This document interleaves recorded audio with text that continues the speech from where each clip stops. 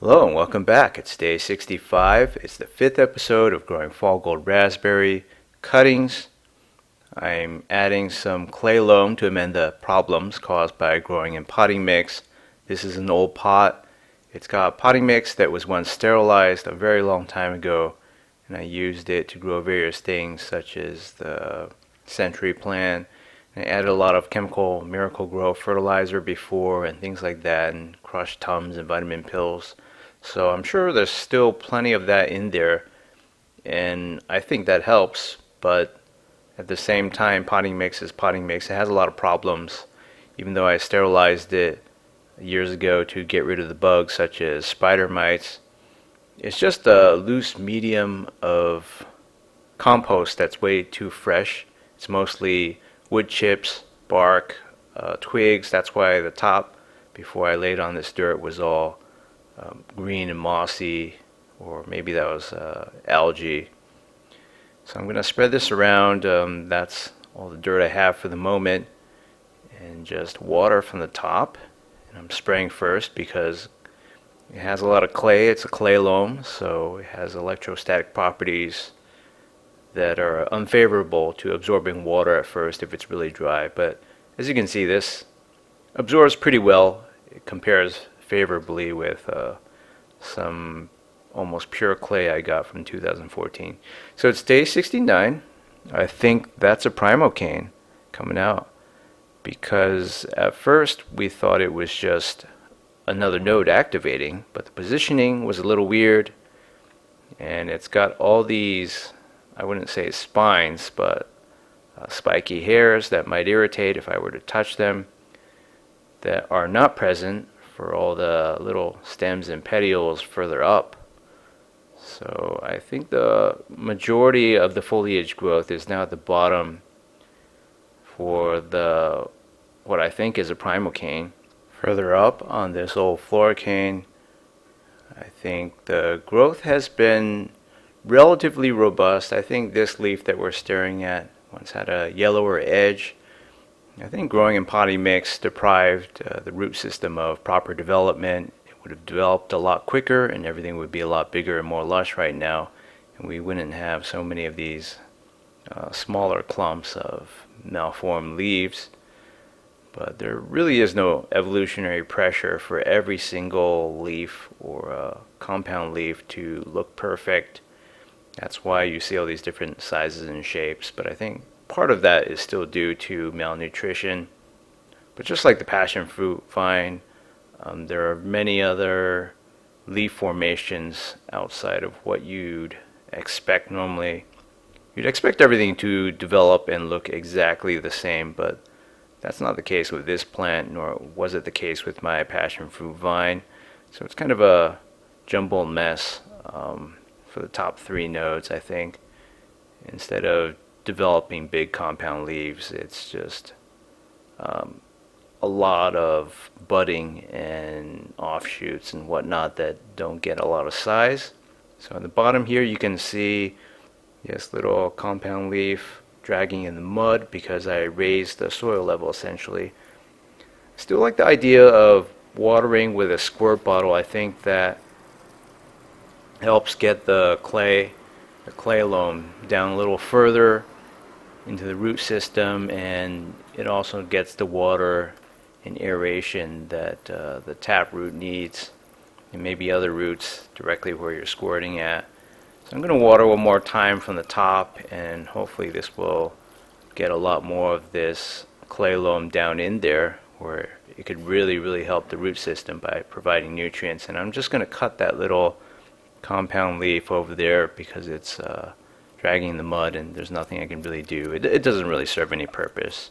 I have so many leaves, I might as well just cut my losses. So at this point I thought that composting banana peels would serve to provide natural fertilizer for the plant over time.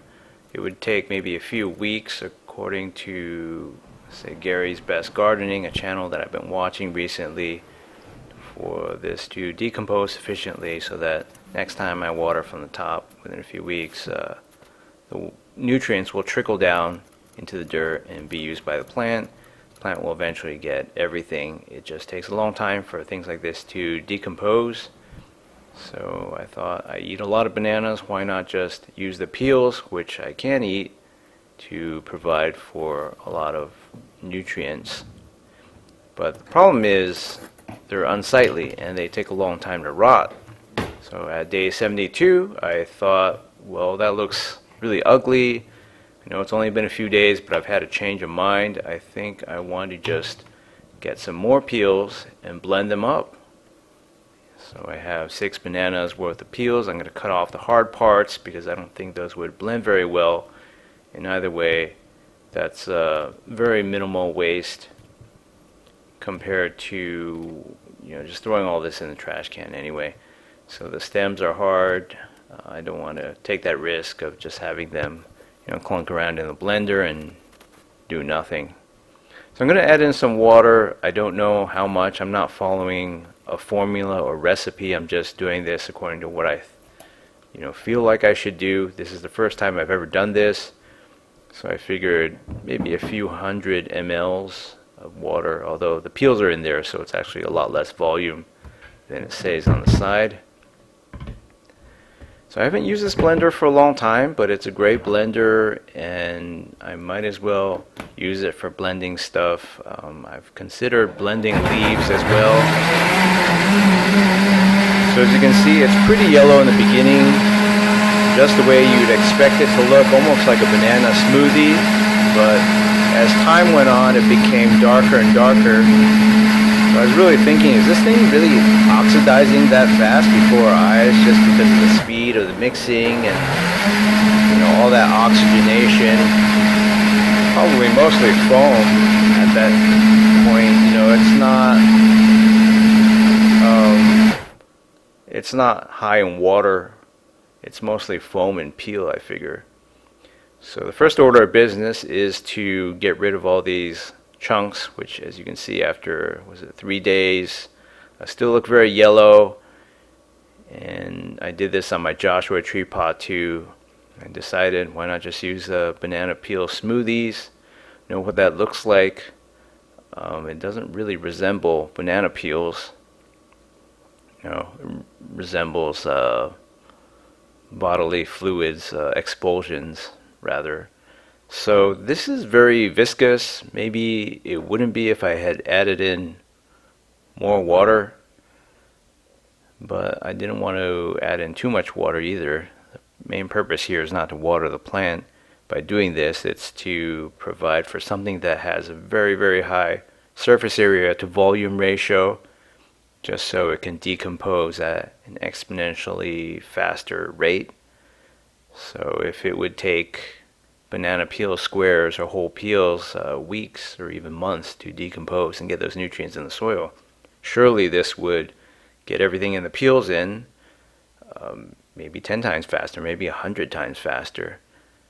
So this stuff is really, really viscous. I regret putting my finger to even touch it because it's really hard to spread around and it just sticks to your fingers or all over the gloves in my case. This is one of the many reasons why I wear gloves, because I have to do a lot of work on this balcony. So I also have to touch my camera and so on, and open doors and whatnot, and get watering pails and whatnot. So it's a big mess, but it doesn't contain a lot of carbohydrates or anything, so it's not really going to attract bugs, although I did read that maybe this could attract German cockroaches or many other kinds of pests, but we'll see. I haven't really seen anything lately on my balcony, just occasional errant fungus gnat that I'm not even sure is really from my pots.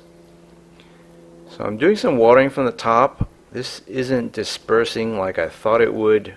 I thought it would disperse much like a melting smoothie on a hot summer day. So it's day 74, and as you can see, in just 2 days, the color has changed significantly for the banana peel smoothie. Most of the growth is devoted to the bottom, to what I believe is the new primocane. And these leaves are bigger than ever. I think that has a lot to do with the hill dirt that I piled on top, even though the bottom 90% or so or even more actually, is just potting mix. So I believe that by watering from the top down after applying this clay loam, a lot of it sifted in, got onto the roots, provided the macro and micronutrients that the plant needs, and also it helps seal in moisture because potting mix is just loose, aerated pieces of wood. It's really different, and it's got sphagnum peat moss, but it's really different from what I have now. And having a banana peel smoothie on top that's solidified and congealed has basically sealed in the moisture. That's why everything looks a lot perkier than it used to. So that's a nice looking new compound leaf. These leaflets all look pretty healthy now. There are some in the back near the base, as I mentioned, that are a little more deformed and small looking, maybe a little bit more curled and wrinkled. So I don't know what I can do about that, but it's really no loss either way if those don't develop. I could snip them all off and let them compost on the top. So in that channel, Gary's Best Gardening, that I've been watching, says use real soil, which is essentially mostly rock dust, inorganic permanent material that won't shift around and rot away and generate toxic sewer gases. I know I've observed a fair bit of organic detritus in there as well, like roots and twigs that snap really, really easily. That stuff's all been decomposed, maybe for months or even years. So that's okay, and it serves as spacers that provide for more oxygenation. But yeah, in summary, you want your inorganic, fine material that won't reduce in volume over time from rot or emit toxic sewer gases, anchoring the plant, holding everything in place, and letting the plant draw its nutrients from.